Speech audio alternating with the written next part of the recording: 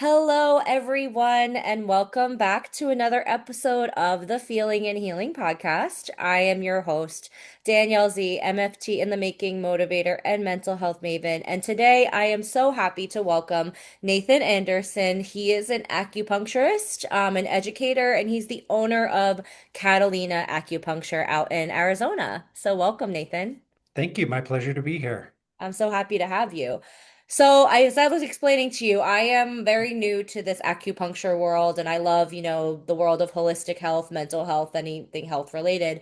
But for like a newcomer like me, if I'm interested in acupuncture, kind of what are maybe some guidelines or some tips that you would suggest for somebody who's looking to do acupuncture but like has no background, knows nothing about it? Sure. We can kind of tackle this from two directions. One of what conditions respond well to Okay. acupuncture, what does it treat? And then the other is what to look for in an acupuncturist. Okay, perfect. Take the Sure. stage. All right. So to tackle the first question of what can acupuncture treat, it's one of the most common questions I get. And I have kind of a like a half joking response of, well, as long as you don't need to call 911 or have surgery, I can probably help. Um, and you know, That runs the whole a lot of different things. yeah, and there's obviously some limitations to that, but if you have meningitis, don't come to see me. We're taught how to treat it because 500 years ago they didn't have antibiotics, Yeah. and there were acupuncture and herbal protocols to treat it. But like God, please go to the emergency room. Yes, yes. If you Um, have a broken and arm and you're bleeding profusely, go to the emergency room. And once you're stabilized and discharged, then you can come see me.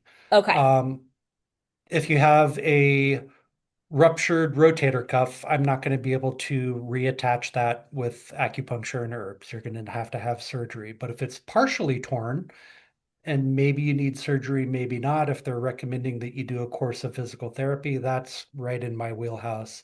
So the more accurate answer would be if it's something that the body can heal on its own, acupuncture helps to marshal the resources, direct the energies and substances in the body to facilitate and accelerate its ability to heal itself. But if it's beyond what the body can do to heal itself, I can offer just like the acupuncture equivalent of a Band-Aid.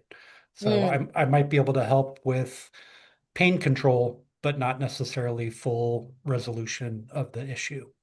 got it. Um, but there's a huge wide range of things that I treat. My practice is primarily, but not exclusively, pain management. So I see a lot of back pain, neck pain, joint pain, headaches, arthritis, neuropathies. Um, I see quite a bit of digestive issues, respiratory issues.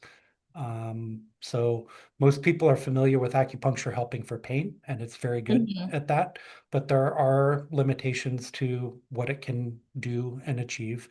I can always get the temporary pain response, but for it to be a durable, lasting effect, it needs to be something that doesn't require surgery, doesn't require Mhm. emergency medicine intervention. Got it. Got it. Got it. That's very interesting. And then also too, you mentioned what to look for in an acupuncturist. I'm curious to know what are kind of the qualities or the demeanor or just maybe the background, maybe schooling, and I'm sure there's, designated Sure. that you So could there's for. there's probably 60 accredited training programs here in the Okay. United States. Um, and if they've graduated from an accredited program and they're licensed, they probably have a baseline idea of what they're doing. But in many, excuse me, frog in my throat. But in many states, they don't require training in herbal medicine. Okay. And I feel that even if you don't practice the herbs, having the training deepens your knowledge and understanding of Mm. Chinese medicine. Hmm. So looking for a practitioner that does practice herbal medicine, they probably have a little bit of a deeper understanding, um, or has at least been trained and certified in it. Got it.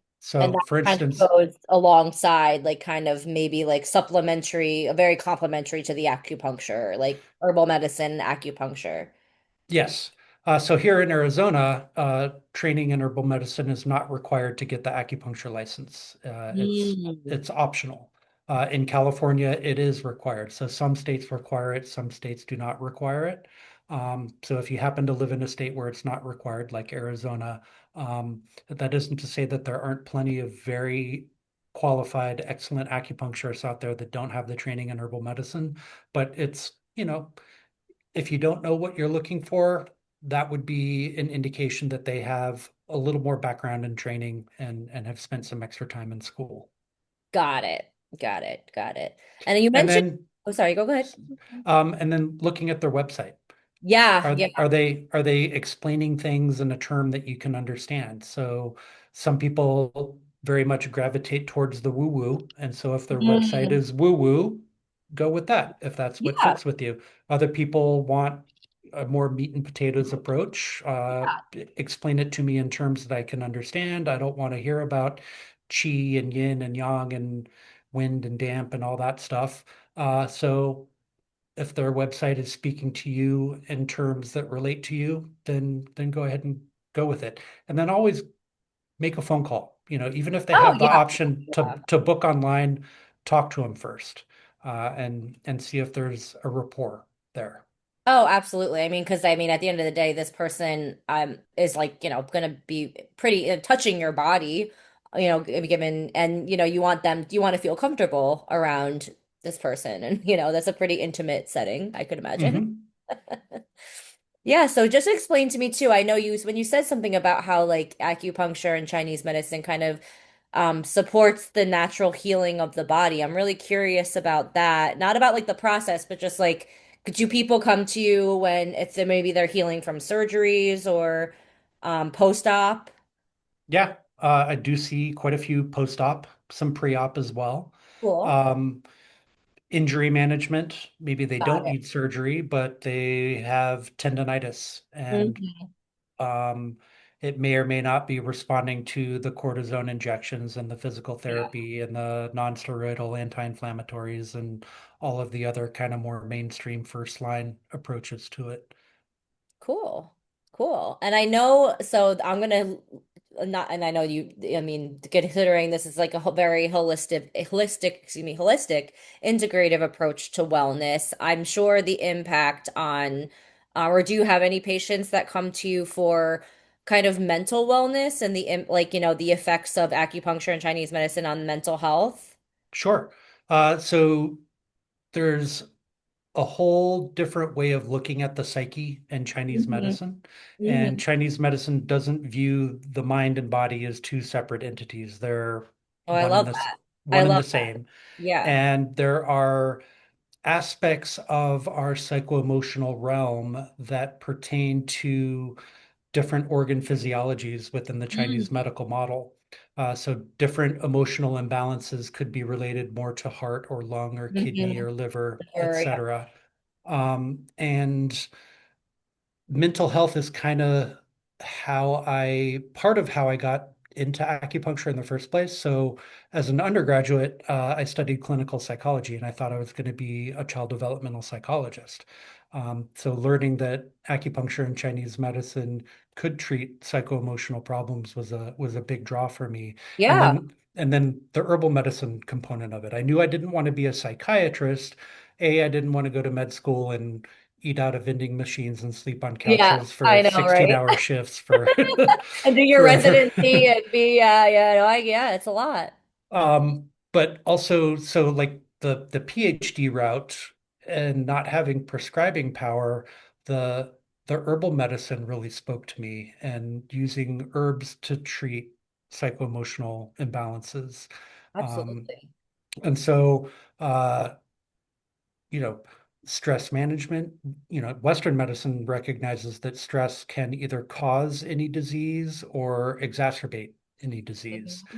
Mhm. Huge links between the psychological and the somatic. So I haven't encountered a case of IBS yet that didn't have a psychological component to it. Interesting. Yeah. And Body connection. our gut is our Yep. second brain. That's where 100%. Yep.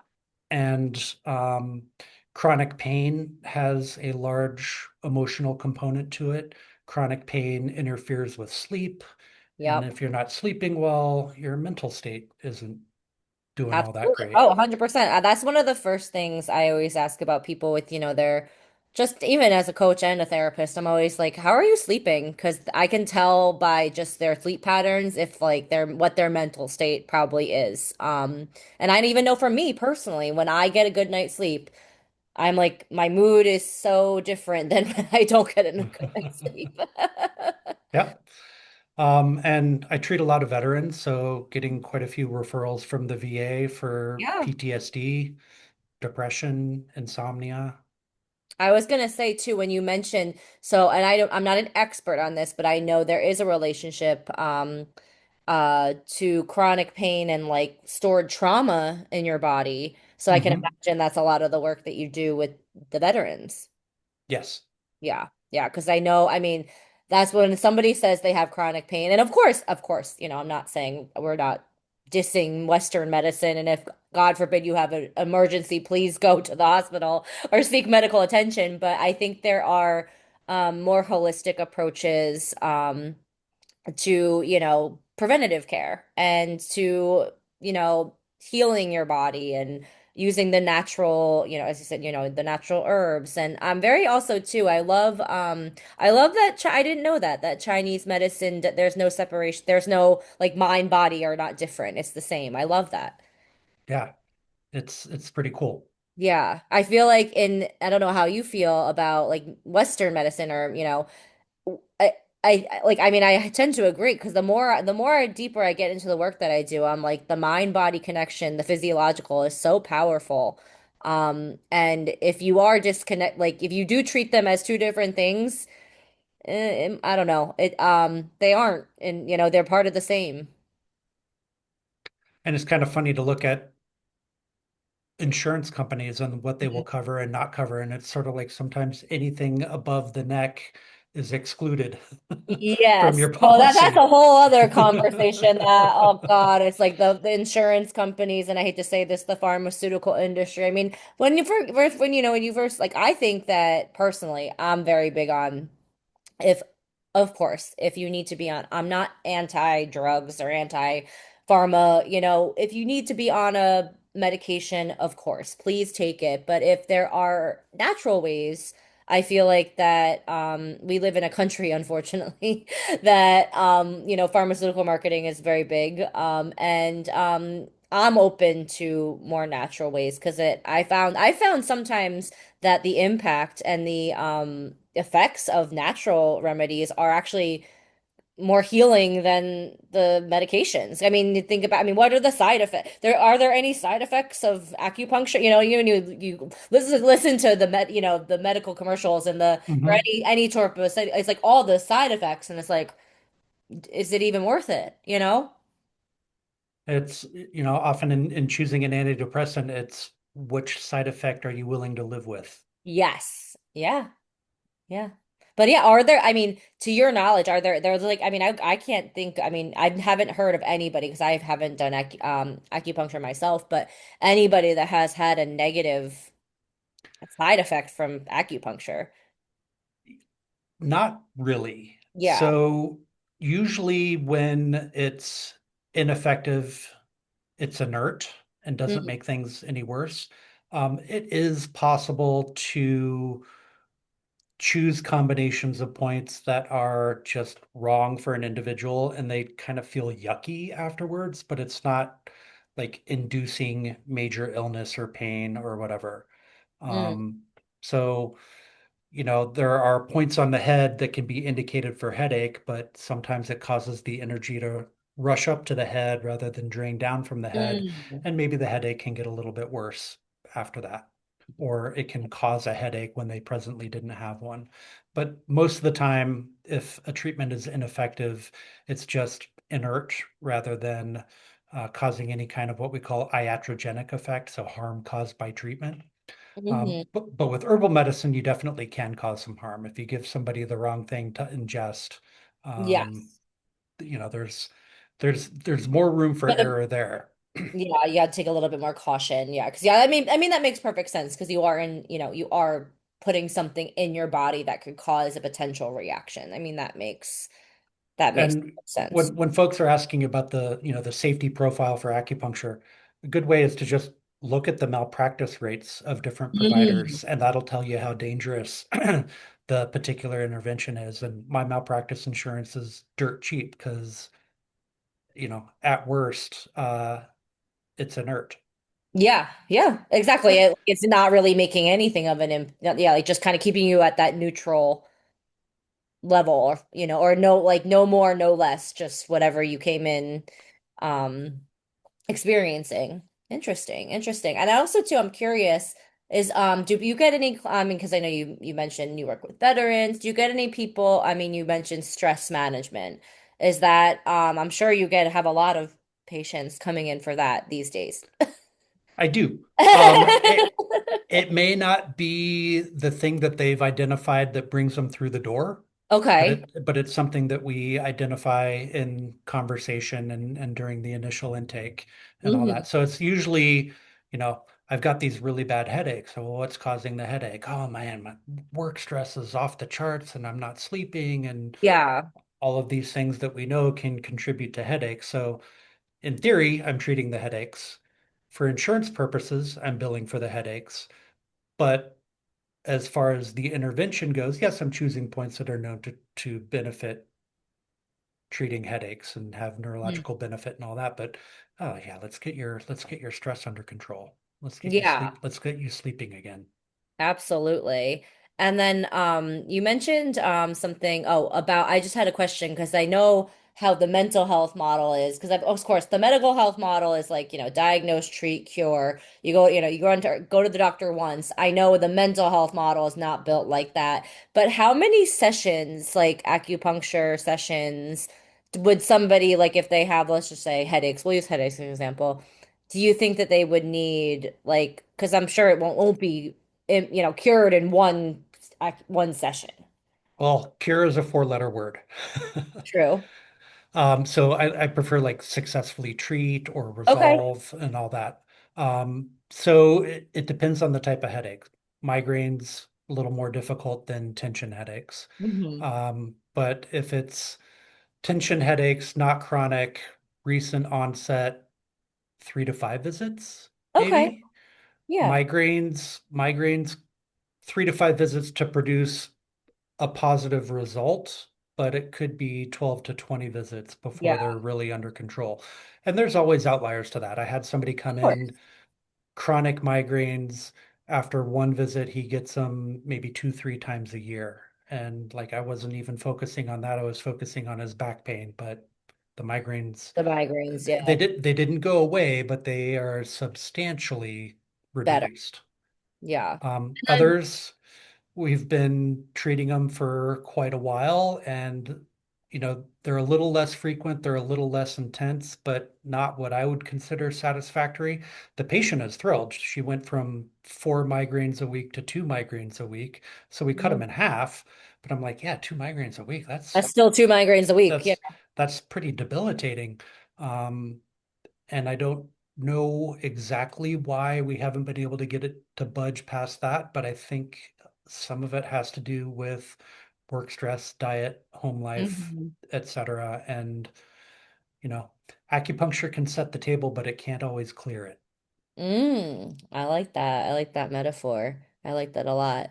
And I guess, do people also just come in, because I'm thinking of like the mental health model too, like just for, like, I guess, like just general like maintenance and wellness, like They like they're do. they're like they're like monthly or they're bi-weekly acupuncture, herbal medicine, I mean, because we also know, I know herbal medicine, you can take herbs every day, right? If that's part of your regimen. You can. I don't like to have somebody on the same thing every day for the rest of their life. Mm. Hopefully, we're initiating some kind of positive change and then maybe adjusting the formulas that they're on. Hmm. So I take herbs all the time, but I don't necessarily take the same thing every day Got forever. I'll take it for a couple of days, a couple of weeks, a couple of months, depending on what it is that I'm treating for. And the same for my patients as well. So I do have patients that come for, like, I'm just here for a tune-up kind it. of thing. Hmm. Hmm. I can't bill insurance for that. There has to be something that I'm Oh, coding for. something wrong. Okay, yeah, So yeah. there is a code for um, adult encounter with no abnormal findings, but I Hmm. won't get reimbursed for it. Oh, well, that's a whole other story. Trust me, Nathan, I'm learning very early on in my baby therapy career that these insurance companies, there's something. I'm like, there's something else. That's all I'll say for now. Yeah, so they don't pay for maintenance care. Yeah. However, the VA does have their chronic care management, Hmm. which is as long as you can demonstrate that the treatments are having a positive benefit, they'll keep authorizing them. But for regular insurance, like if there's nothing that you're treating, then there's nothing that you're getting paid for. But there's always something. Everybody has something, whether they 100%. whether they want to admit it or not, everybody has something. So yes, I don't, it's not the majority of my patients, but there are a few of like, yeah, I'm feeling a little off. I'm here just kind of for a tune-up. And I will drill down in questions like, okay, you're here for a tune-up. What does that mean to you? How are you Hmm. sleeping? What's your digestion like? What's your sex life like? How are your relationships at home? What's your social life like? And then I'll start to be able to piece together for what it is that I want to do because I don't kind of just like, oh, cookie cutter. Yeah, of course, very individual based off of the person's experience for sure. Mhm. Sure. So tune-up means different things to different people. So even though they're there for a tune-up, there's some sort of treatment vector that I'm following. And are you finding kind of in as you work with your patients and you're in the Chinese medicine world, like are I think because I feel like people are being getting more educated and more open to like holistic and alternatives versus just traditional Western medicine and pharmaceuticals and all that stuff. Do you find that there's a little bit more openness and kind of willingness to try different methodologies or modalities? There are. I think some of that is media driven. So Mm-hmm. acupuncture and other therapies are in the news a bit. Yes. I think some of it, for better or for worse, had to do with all of the blowback from COVID and Mm-hmm. people wanting to explore non-traditional options. Mm-hmm. And just the mainstream medical community is more and more open to acupuncture. Um, I think a lot of that has to do with there's finally research being published in mainstream journals showing the efficacy of acupuncture. So, once it's published in a journal, the MD feels comfortable recommending it. Oh, absolutely. I mean, I know there's, as you said, I know people use it for chronic pain or we talked about headaches, like, nausea, vomiting, all that stuff. Like, I know there's definitely, there's a science to it. I mean, there wouldn't be such a large community and accredited programs if it was not obviously legitimate. Yeah. And I think part of the issue, a little bit of a detour here, Yeah, go is for it. Yeah, yeah. Yeah, please tell me. up until, let's say, the early 2000s, Mm-hmm. most of the acupuncture research was focused on trying to unlock the black box and explain how it works. Mm. How does acupuncture work? Well, they could identify little pieces of it here and there, but they never came to some grand unifying theory because there's probably thousands of physiological pathways.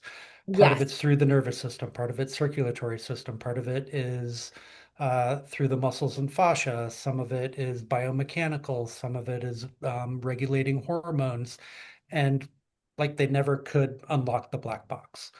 But then with the advent of evidence-based medicine started to come in vogue in the late 90s, the research started to shift. So evidence-based medicine doesn't care how something works, just is it effective and is it safe? And the shift started to just demonstrate that acupuncture works for condition A, B, C, D.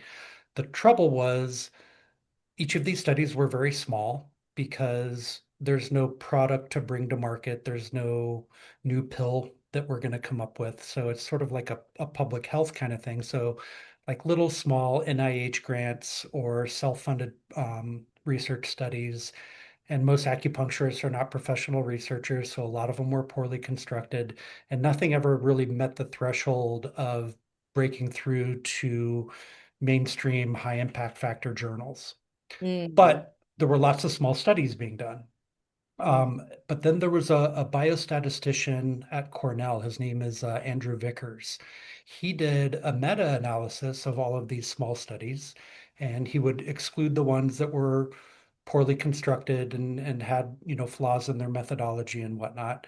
And through the, predictive power of meta-analysis of the statistics he was doing, he conclusively demonstrated that acupuncture is effective for chronic pain. Mm-hmm. And then more insurance companies started reimbursing for it. Medicare started covering it. Doctors started referring out for it. And so I think just moving away from the focus of trying to explain the as yet unexplainable and just demonstrate that it works and demonstrate that it's safe. Yeah. Yeah, I mean, absolutely. I think at the end of the day, it's all about my brain goes to like it's the impact of the on the patient. It doesn't matter. Like, I mean, the science, of course, is important, but how they got there. But if they're getting these amazing results, then that's what matters for Mhm. for the patient and to get better, to not have pain and maybe just be in a, be in a better mood or but get better sleep and all that just works together to then just have a more fulfilled life and more whole life. Yeah, kind of funny, the common phrase, take two aspirin and call me in the morning. Yeah. Well, one, aspirin's derived from willow bark, so it's a plant medicine. Okay. And B, they didn't know how aspirin worked until the 1990s, but it Oh, didn't wow. I didn't even know but that. but it didn't stop people from using it because we knew that it worked. Yeah. Yeah. And also too, I feel like I mean, I'm sure you because we live in the United States. I mean, obviously Chinese medicine, I mean, in China, obviously this is Chinese medicine. I feel like it is getting more, as I said, a little bit more um as I said, people are open to it because I know a lot of people. I mean, there's so many things that modalities. I've never done actually acupuncture, but I've done acupressure, which I know is using pressure points, similar but not with the needles. Hmm. But I just feel like that as we kind of evolve as a society, we have to be open to more to different alternatives because there isn't just one way. Our bodies are very complex, our minds are very complex. We're all individual and we're all going to have our own way to getting towards, healing. Yeah, and every medical modality has its best practices and has its blind spots. Of course. And I definitely refer to other disciplines when I feel that it would be a benefit for my patients. Hmm. Oh yeah, Um, yeah. Yeah, yeah, of course you collaborate with other people in the mental like that's similar to coaching at mental health. Like I would collaborate with a potentially a person like you or a psychiatrist to make sure the patient is getting or the client is getting, the best care. Yeah, and so for somebody with back pain, whether they choose an acupuncturist, a chiropractor, cortisone shots, physical therapy, all of them can work. And so whatever they have the greatest faith in is probably what's going to produce the best results for them. Yeah, yeah, absolutely. Well, Nathan, this has been such a wonderful conversation. Thank you so much I learned so much about just the modality and the philosophy of Chinese medicine and where can I know your website if people want to I mean I'm in New Jersey but I know we're global so if you're in the Arizona area it's catalinaacupuncture.com. But what is the best way for people to get in touch with you or if they want to work with you, let the audience know. Sure. So catalinaacupuncture.com has my email, has my phone number. There's also like a little contact us form Ah, that'll shoot me an email. They can find me on Facebook, Catalina Acupuncture, LinkedIn, Instagram, Catalina all the Acupuncture. things. All the channels. That's what I say too. I'm like all the things. Yeah, it's Catalina Acupuncture across all platforms. Amazing. Well, thank you so much, Nathan. This has been such an enriching conversation. Thank you. My Appreciate pleasure. it. And as per usual, everybody, you can find this episode of the Feeling and Healing podcast on YouTube as well as Apple Podcasts and Spotify.